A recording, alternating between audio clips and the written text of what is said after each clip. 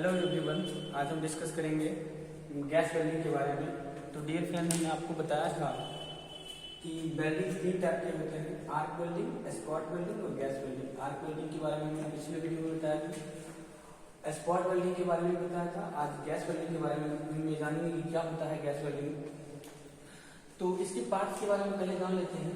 Gas welding को हम fusion welding कहते हैं। इसमें जो सिलेंडर यूज होता है वो ऑक्सीजन और स्क्रीन सिलेंडर यूज होता है, प्रेशर रेगुलेटर यूज होता है, वेल्डिंग टॉर्च और हॉस। बस मतलब होता है पाइप। जब गैस वेल्डिंग के पार्ट्स की बात करते हैं तो ये देखिए सेटअप है जो गैस वेल्डिंग का है।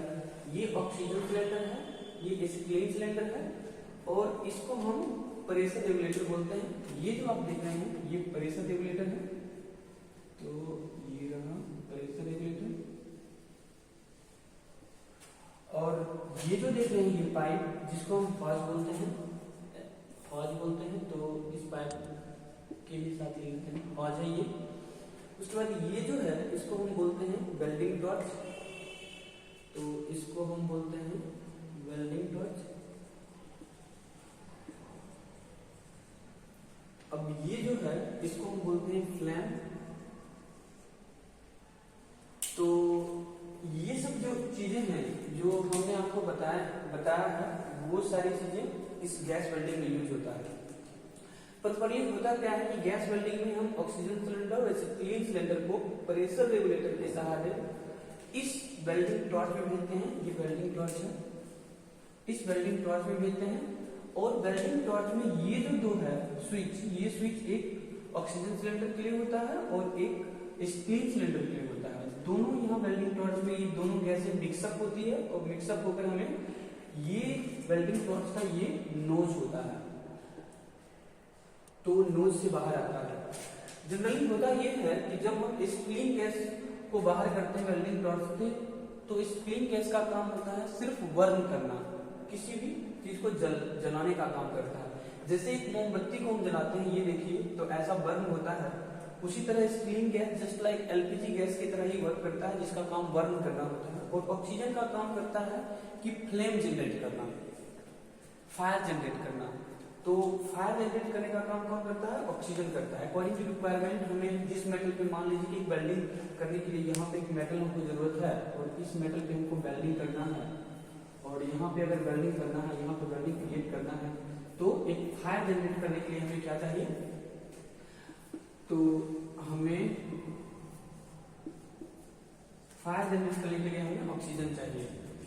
अब थोड़ा सा बात करते हैं कि क्या होता है ये आर्क वेल्डिंग। वेल्डिंग टाइप में आर्क वेल्डिंग, स्पॉट वेल्डिंग और गैस वेल्डिंग, तीनों वेल्डिंग फ्यूजन वेल्डिंग कहलाता है। तो हमने बताया था कि जब दो मेटल को आपस में पिघलाकर एक दूसरे के ऊपर गिराया जाता हो और सोलिडिफाई होने के लिए छोड़ दिया जाता है, तो इस तरह के वेल्डिंग को और जो वेल्डिंग बनता है वो वेल्डिंग फ्यूजन वेल्डिंग कहलाता है। तो ये जो वेल्डिंग है ये फ्यूजन वेल्डिंग है। इसमें ऑक्सीजन और स्क्रीन यूज होता है। प्रेशर रेगुलेटर आप देख रहे हैं तो प्रॉपर्ली प्रेशर रेगुलेटर दोनों में लगाए हुए हैं। ये screen pressure regulator, oxygen pressure regulator दोनों है, जिसमें हम प्रॉपर्ली कितना गैस का मतलब रिलीज किया जाए ये शो करता है प्रेशर रेगुलेटर, जिसकी सहायता से हम वेल्डिंग टॉर्च में स्क्रीन और ऑक्सीजन का मिक्सअप कर पाते हैं। अब देखिए आगे जैसे ही बढ़ते हैं इन सब के आगे, तो ये जो फ्लेम आप देख रहे हैं, पहले इन चीजों से हम समझेंगे कि अपने घर में हम जब एक मोमबत्ती जलाते हैं तो ऐसा फ्लेम जनरेट होता है। ये फ्लेम आप देखते हैं जो जलता है वो ऐसा जनरेट होता है। उस फ्लेम को अगर गौर से देखा जाए तो उसके सबसे फ्लेम के जो जहां जलता है उसके एकदम बीच सेंटर में जो बनता है वो ब्लू कलर का होता है। एक कोन बनता है, एक फ्लेम बनता है, वो ब्लू कलर का होता है। उसके बीच में, उस फ्लेम के बीच में जो बनता है वो ऑरेंज कलर का होता है, और सबसे ऊपर जो बनता है वो येलो कलर का होता है। इस चीजों के समझने के बाद अब हम आते हैं टाइप्स ऑफ फ्लेम पर। ये जो आप फ्लेम देख रहे हैं इसके टाइप के बारे में हम चर्चा करेंगे कि ये टाइप कितने टाइप्स होता है।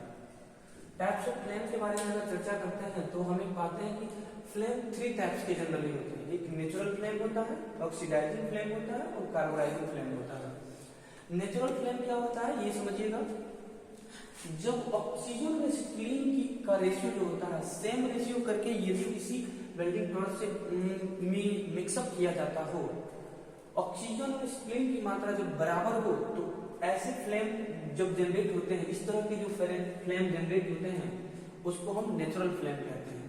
आप जनरली कह सकते हैं कि 1:1 होता है, तो यहाँ पे आप लिख सकते हैं कि 1:1 ऑक्सीजन और स्टीम दोनों 1:1 में होता है। इस तरह के फ्लेम को हम कहते हैं नेचुरल फ्लेम। इस तरह के फ्लेम का यूज हम जनरली वेल्डिंग शॉप में करते हैं। उसके अलावा जब आगे बढ़ते हैं, इस तरह के फ्लेम का जो टेम्परेचर होता है वो सबसे हायर होता है। ये 3300 डिग्री सेल्सियस से 3500 डिग्री सेल्सियस इसका टेम्परेचर होता है। ये थोड़ा सा वेरी करता है, 100-200 डिग्री आप वेरी करवा सकते हैं। उसके बाद होता है ऑक्सीडाइजिंग फ्लेम। फ्लेम में जब ऑक्सीजन की मात्रा ज्यादा और स्टीम की मात्रा कम करके भेजा जाता हो, और जो जनरेट होता है ऑक्सीजन की मात्रा ज्यादा यानी कि 1.5 या 2 मान लीजिए, 2:1 के रूप में यदि भेजा जाए तो इस तरह का जो फ्लेम जनरेट होता है उसको ऑक्सीडाइजिंग फ्लेम कहते हैं। ऑक्सीडाइजिंग फ्लेम क्या होता है, ऑक्सीजन की मात्रा ज्यादा और स्टीम की मात्रा कम होती है। इसका जो टेम्परेचर जनरेट होता है वो 2200 डिग्री सेल्सियस से लेकर 2600 डिग्री सेल्सियस होता है। और लास्टली होता है कार्बोडाइजिंग फ्लेम। इस फ्लेम में जब स्टीम की मात्रा ज्यादा और ऑक्सीजन की मात्रा कम करके भेजा जाता हो, जैसे कि आप मान लीजिए ऑक्सीजन 1 और स्टीम 3 करके भेजा जाए, तो इस तरह का जो फ्लेम जनरेट होता है उसको कहते हैं हम लोग कार्बोडाइजिंग फ्लेम। इस तरह का फ्लेम का टेम्परेचर जो होता है 1600 डिग्री सेल्सियस से 2000 डिग्री सेल्सियस होता है।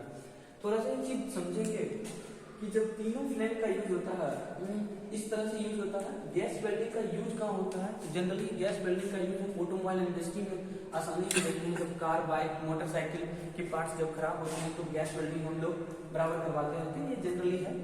तो जैसे मान लीजिए नेचुरल फ्लेम का यूज कहाँ पर होगा, नेचुरल फ्लेम का यूज होता है माइल्ड स्टील या स्टेनलेस स्टील को वेल्डिंग करने में।